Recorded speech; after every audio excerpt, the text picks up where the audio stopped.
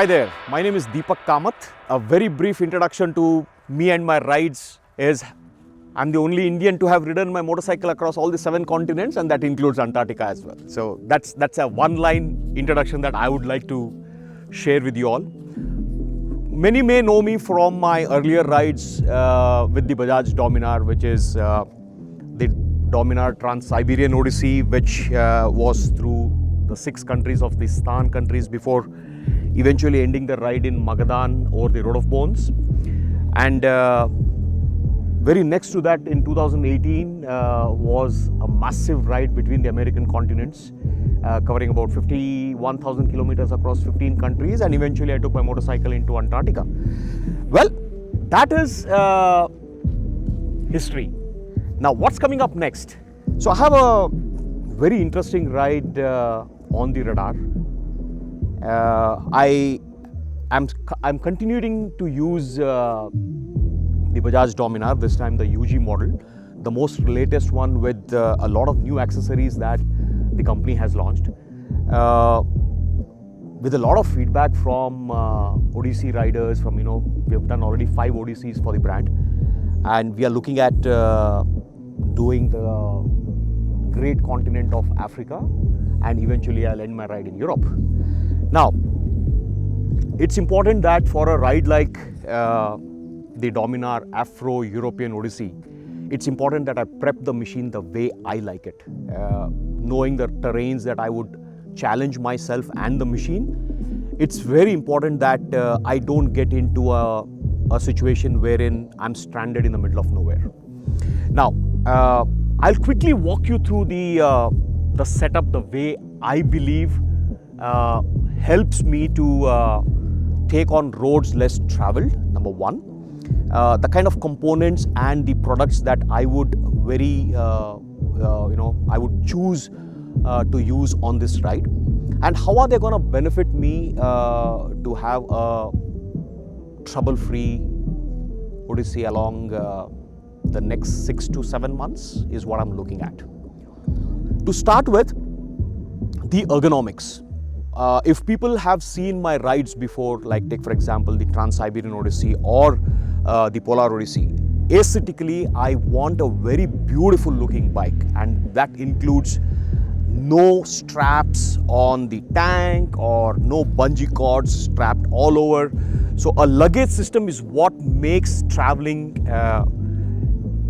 a beautiful experience, because your luggage is well set, you are trouble-free concentrating on the road ahead. Now, I have a very beautiful system that has been sent to me by GV Italy. This model, I'm using the Dolomiti because it is one of their oldest and most beautiful panniers that I know of. The nice curves, very spacious 36 liters of space on either sides. I choose not to go beyond a 30-liter top case for the simple reason that I don't want to keep my helmet in a top case. It's a functional top case. So for me, it's mostly the electronics that I carry in this. As you can see, the whole setup is mounted on the Hyperrider frames. Over the last 2.5 months, I've been working closely with the team at Hyperrider, and we've come to creating a product that I see to take on the torture of some of the, well, let's say some brutal roads of the wild west of Africa. So what we have done is we have taken off the plate that comes with the Hyperrider stock setup, and given just 4 points of mounting to fix the GV plate onto the Hyperrider top rack. And this box, the Dolomiti 30 liters, very beautifully and snugly fits in and stays there the way it should. What we have also done is reinforced certain points to make it more robust to carry these 36 liters into 2 panniers. Now, it's important that the luggage stays safe, and hence, it's a global debate where people choose to have soft luggage or hard case. So in my case, I've been a hard luggage guy. I found it more convenient from a safety aspect of the belongings that I used to travel. and hence my choice goes with the hard luggage system, and for which we've GV has this specific mounts which are fixed onto the saddle stays of Hyperrider, and hence you see this setup the way it is. Now coming back from the luggage system as such, one of the most talked about things has been the seats that have been designed and used over the last many rides that I've done.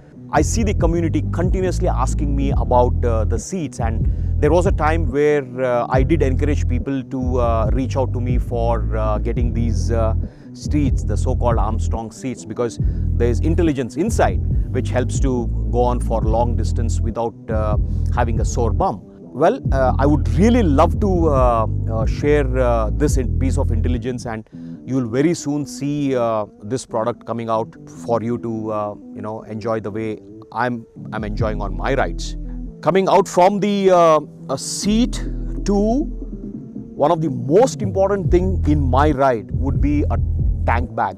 The very reason that I have a tank bag is, these are things that I need later in the day or for the evening, or not so occasionally during the ride.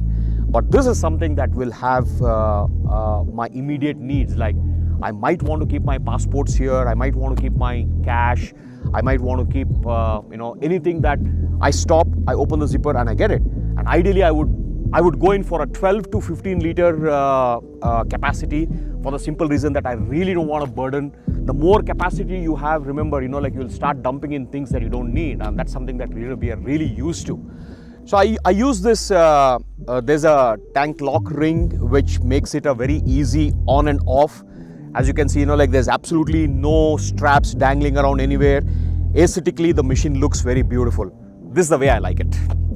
Well, I'm 5'11". Obviously, the handle is a little low with a raised seat.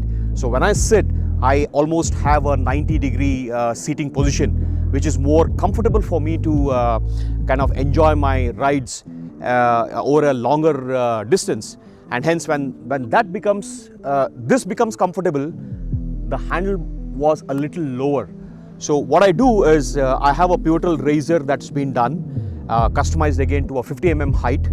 Obviously that calls for longer cables to be done, which has been done. And the stance of the ride is really beautiful.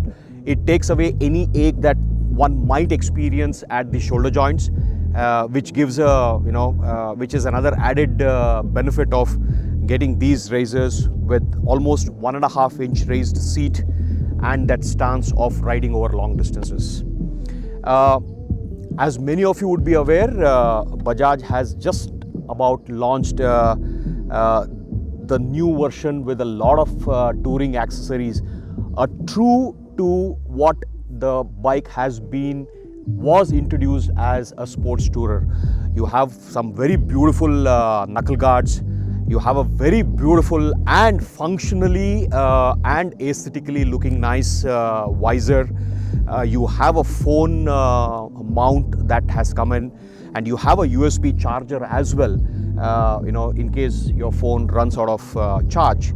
And of course, the company has also given a top rack, but considering the weight that I would carry, it does not suit my needs, and hence, we worked around with Hyperrider to get this part of the setup done. And of course, one thing, what I really loved is a new bash plate that has got a certain amount of critical area where it is protected by metal.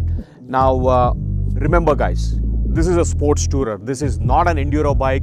This is not like the KTM 390 Adventure where, one would want to do a wheelie and, pop it on terrains where it can get really challenging. This is a fair mix of good and bad roads, and to a certain extent it can go off the road as well. So this is where this machine comes into the picture. So do not expect a lot of circus on this kind of a machine that I have prepped it. I really want to see the world in the most beautiful way, and the way this machine is prepped just does that much. One thing that I would also like to add on, no matter what the company does, this is something that we all should learn. Machines roll out of the production, and it is up to us to refine and customize it the way we would want the machine to be. It is very important to understand what kind of rides that you are up to, and accordingly, like prep the machine. Like for my long rides, I need really comfortable seats. Now, in case of a pop, in case of a fall, I have reinforced this with barkbusters, and the company provided knuckle guards are mounted on this barkbusters. So this is not a standard fitment from the factory, but this is, I've retained the original look of the knuckle guard, but I have used the barkbusters as such. Now, I've tried the new visor from the company. It's really good. It just deflects the wind just as much, keeping this part absolutely in pin drop silence, because I'm a rider with a lot of music playing. I don't want to listen to the honking sounds in the traffic. There's music playing in my ears all the time. If my helmet is on, trust me, there's something playing in there. Okay, so the next thing that I would, being a two-wheeler, it's important that we make use of whatever amount of space that we can effectively use to keep whatever we want to carry. Now, on the Hyperrider crash bars, what I've really done is I've got two of the tool box on either side mounted, and the tools are in here. And what really helps me is the ease to access the tools, or whenever I need it. And then what I've also done is I've got this charger here, which is the cigarette lighter charger, basically to get the just in case I have a flat, so I can use the air pump plug to this. Now, this is again utilization of space on whatever we have. So I have a GoPro mount here, which I believe is a beautiful position to get some really crazy angles of the floor and the landscape as such. I've really got some nice shots from my Trans-Siberian and my Polar, and hence I continue to keep one here on the bar. And what really I like about this is, one, this bar comes on two pieces. Now God forbid I end up meeting with a crash here. Definitely I'm going to lose some of this, but I'm sure the Hyperrider guy is going to send me one bit in case I crash somewhere, or this is going to hold up strong, because this is one bit and this is another bit. So let's see with the, I don't intend to get into crashes, not that I have before, but you never know. So being prepared is one way of keeping ourselves ready for whatever the outcome is. I did mention about the bash plate, absolutely robust, very, very nice material that the company guys have used. This metal part, anything that flies away, or just in case there's impact, it really takes up that much of a beating. Okay, one more thing that's been added on to the Odyssey machine is a completely new, a beautifully looking beak, which has been designed with the Hyperrider team. It is an aesthetically nice looking beak. Hopefully, we'll be able to refine it and make it more a functionally a beautiful looking beak as well. The next thing that I see from a company, what they have provided is a very beautiful a mount which comes along with the visor to hold your number plate. 3442. I really love to flaunt my registration plates, so it looks really nice, and that's something that I'm really appreciative about. Finally, there's been a lot of people who ask about the maintenance of the chain. I've been there by using a lot of cleaner sprays and the lubing sprays that would have otherwise been here in the tank bag or in one of my panniers. But what I've realized is, they do take a lot of space, and these aerosol cans are big, but what's inside them is only this much. So I've been encouraging the community to go in for Scott oilers or anything similar to the functionality of that particular equipment, because once you have the drip system there, it keeps your chain absolutely clean. Scott Oiler oils have got this proprietary oils which actually lubes when it cleans. With the Scott Oiler, what I've really felt is, one, I'm not carrying unnecessary load, or it's more of a space consuming aerosol cans, and that's completely gone. I just carry about say 200 or 250 ml of oil and keep replenishing this small container here, and I have this system where I can adjust as to how frequently I need the drop into the chain. Now for plain good tarmac road, I use one drop probably every 30 seconds or a minute, and I map that using this. It's a manual one, it's not an electronic one. So I keep this manual the way I like it. If I have to open it up fully max, this is more towards when riding in rains or riding in slush. So the proprietary oils of Scott Oiler does its job even faster and better.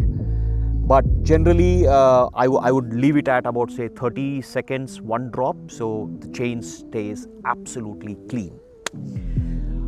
I guarantee, at least for the kind of rides that I do, I have seen my chains last for about 16 to 20,000 kilometers, and I ride really hard, and it's fully loaded bikes as well. So guys, if you want to take a suggestion from me, get one of those. Alright, then what I've also done is I have extended this stand. It's a little crudely done. I was running out of time, but that has helped me straighten the bike a little more, so that when the luggage system sits in, the bike does not lean too much. So that's one bit that's been done on this bike as well. Well, what I've realized is just because we have lot of space in our luggage, the panniers or the top case or the tank bag, it's very important to know what is it that we would want to carry, to make sure that we are not unnecessarily burdening the bike. This is a 400cc bike, and the power to the wheels is hardly about say 30 Newton meter torque. So I'm very conscious about what goes on and where we can try and avoid unnecessarily loading the machine. So the distribution of the luggage is very important to make sure that the bike does not get heavier on one side. I mean, anything can happen on the road, so the bike has to be perfectly balanced. So we're looking at the crash guards are almost negligible in weight. They still weigh about 4.7 kilos between the two of them. That's 4 pieces, which is, I believe it's okay. I mean, it needs to carry a certain amount of load of the tools, and it needs to functionally do its job in case there is a, you know what. The top rack with the saddle frames also are roughly around about 4.5 to 4.6 kilos. That again is a fabulous control of, see, for me these are dead weights. They are meant to carry the additional luggage that's gonna do. So practically I would want them to feel weightless, and that's exactly where they are placed. The load that I would eventually put on my panniers would be limited to about say 12 to 13 kilos. So 12 to 13 kilos, the GV pannier, the Dolomiti, weighs about 4.4 kilos, and I'm adding another 8 to 9 kilos of, it can be a combination of spares and my daily wear, toiletries that would go inside this, and that gets mounted onto the Hyperrider frames. So 12 to 13 kilos of load on each side is a balanced one in case I need to put my leg down on either side. This should not hamper in case I have to put my feet down. Well, once you have seen the entire length of this video, in case you think that if you have a specific question for me, leave it in the comments, and I'm happy to update you or leave a suggestion, and any recommendation that you would seek from my side, I'm happy to do that as well. For now, this is Deepak signing off. Be sure to follow me on my rides. It's getting interesting. It's another couple of weeks and you will see some exotic destination through my eyes.